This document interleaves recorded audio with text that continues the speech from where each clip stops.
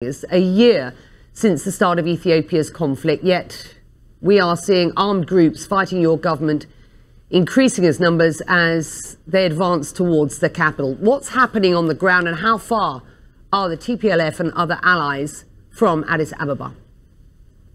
Becky, thank you so much for having me. Before I answer your question, it would be quite disingenuous of me to respond to your question without first addressing the big elephant in the room. And it's important for me to share with you, as well as your global audience, that Ethiopians, a majority of Ethiopians in Ethiopia as well as abroad, strongly feel that CNN has covered the conflict over the past year in a manner that is highly biased and detached from context.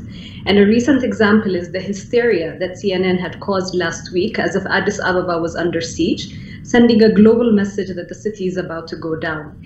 And we have often shared that it seems Ethiopia is undergoing what seems like a coordinated media campaign to tarnish the image of the country, to tarnish the image of the Prime Minister and his administration. And media outlets like CNN, New York Times, Washington Post, and Reuters in particular, as well as others, have often chosen to carry an overly negative and skewed narrative, missing important nuances.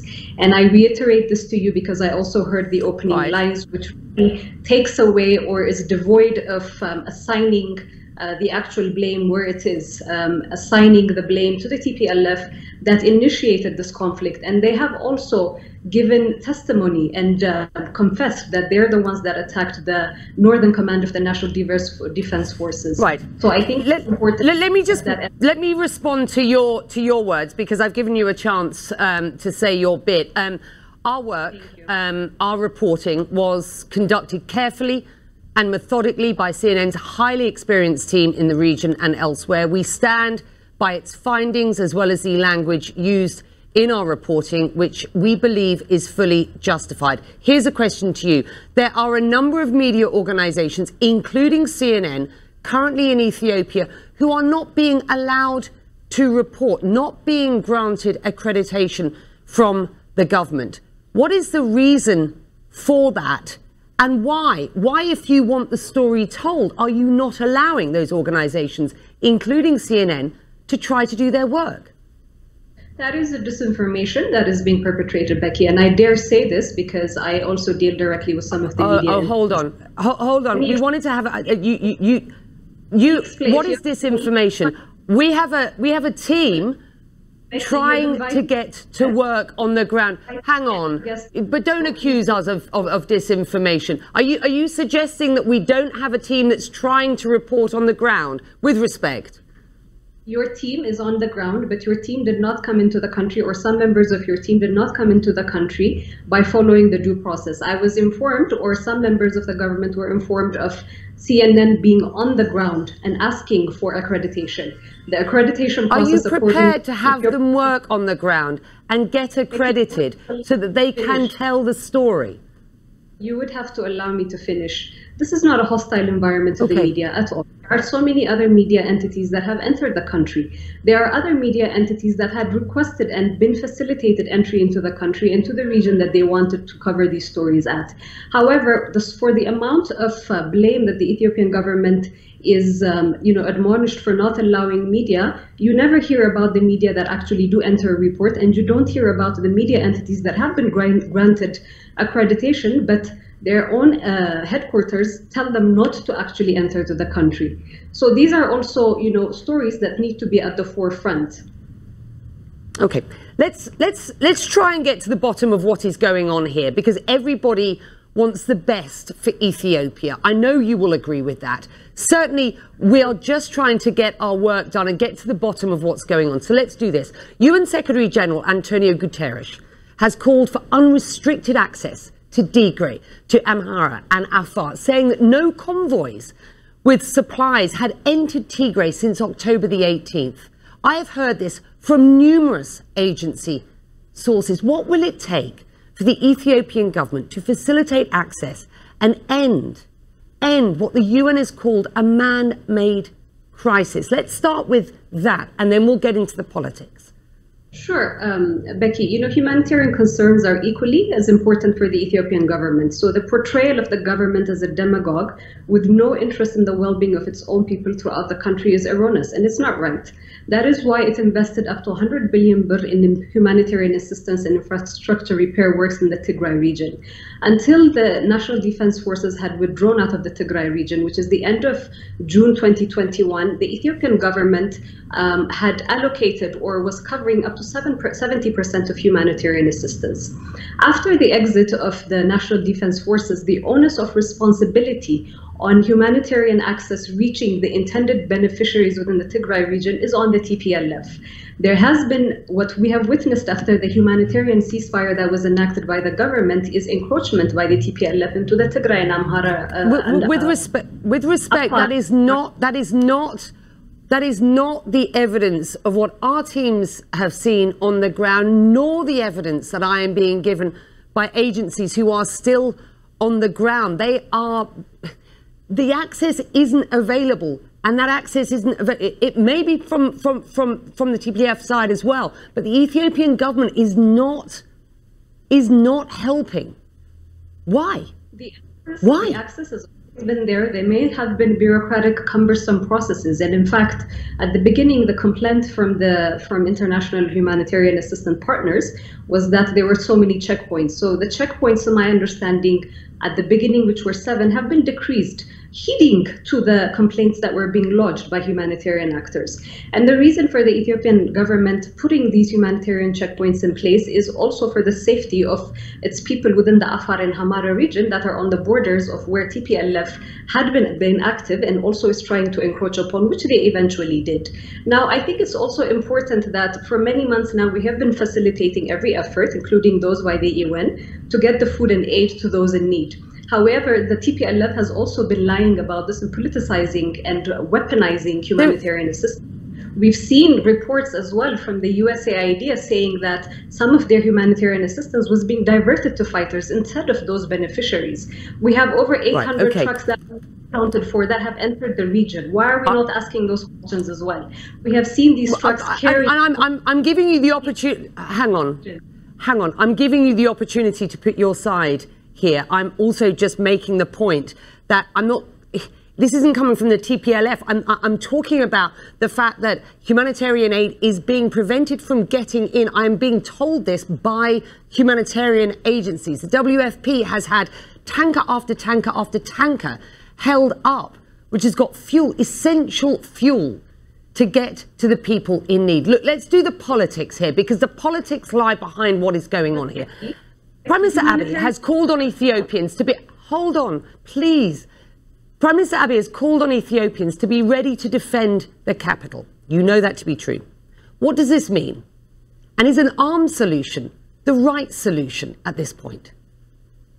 Okay, so the Prime Minister calling upon the Ethiopian people to defend their city, to defend their communities, to defend their country is supplanting or supporting the government's responsibility and constitutionally mandated responsibility to thwart off any attacks, any terrorist attacks. As you know, the TPLF and their partners have been deemed or designated by the House of People's Representatives in an Ethiopian constitutionally clear process, designated as terrorist organizations. So you are seeing the rhetoric coming from the other side saying we're going to take over Addis Ababa, there's going to be a siege of the capital. With all this narrative building up, it's important for everybody to be aware and to be alert. So this is not necessarily from the Prime Minister to arm everybody and descend into civil chaos, but this is about being vigilant in their communities that this kind of threat, which is being overtly declared by the TPLF, is upon us. The Prime Minister also said,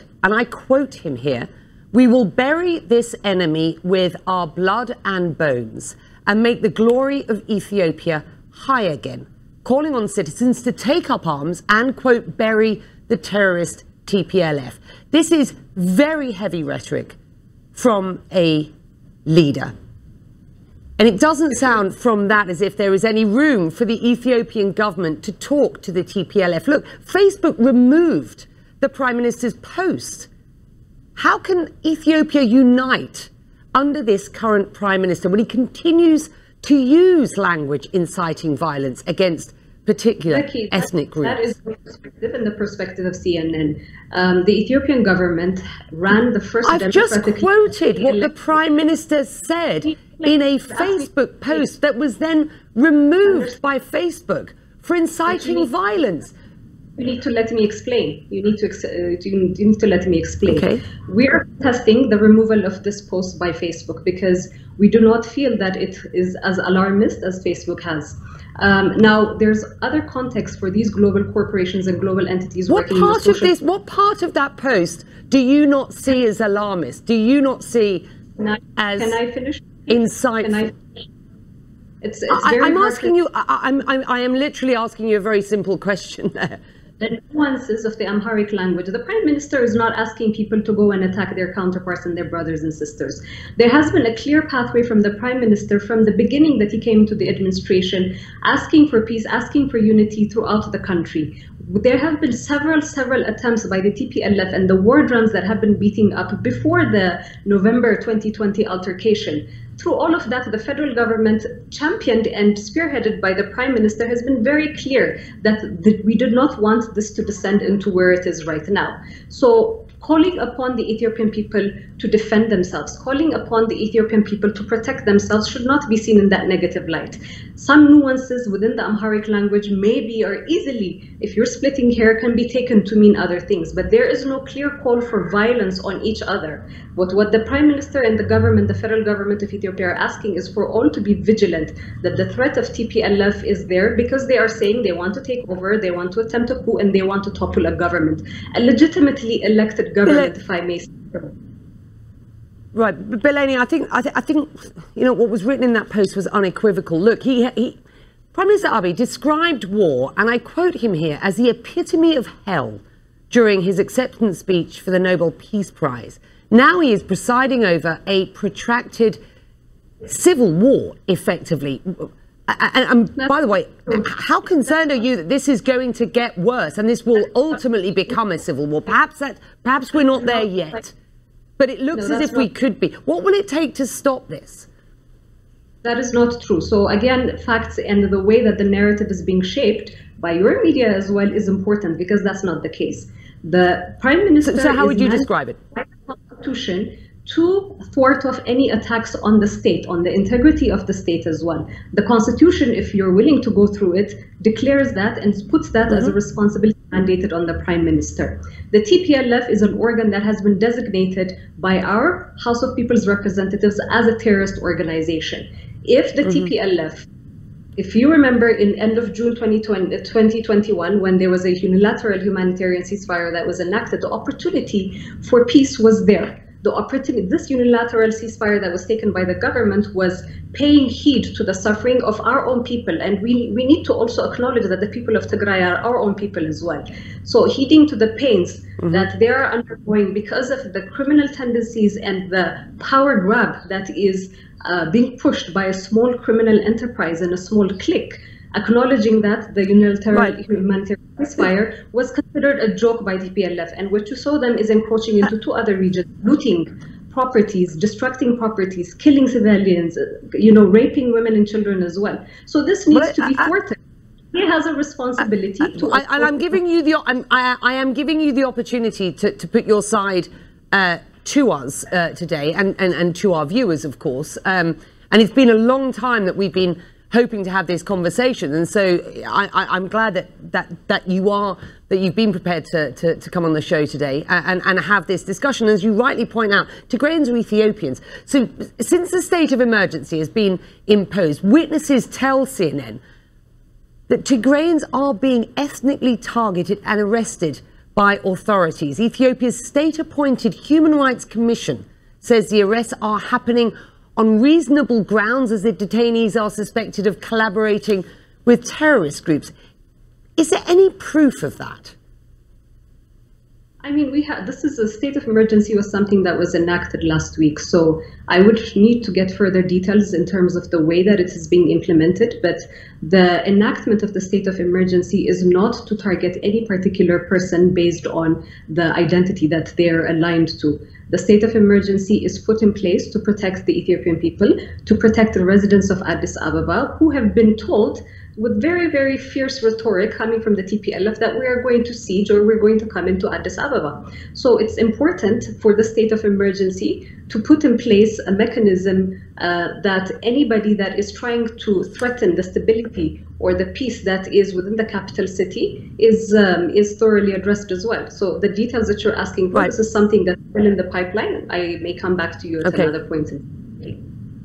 Well, the government has declared a state of emergency, reflecting the rapid escalation of this conflict that ultimately threatens to tear apart Ethiopia and further destabilize the Horn of Africa. Your government has urged foreign powers to stand with Ethiopia's democracy. You do not have the support of Washington, for example, which just this week accused Ethiopia of gross human rights breaches and said that it planned to remove the country from an important trade pact. What's the government's message to Washington? Who are you speaking to here?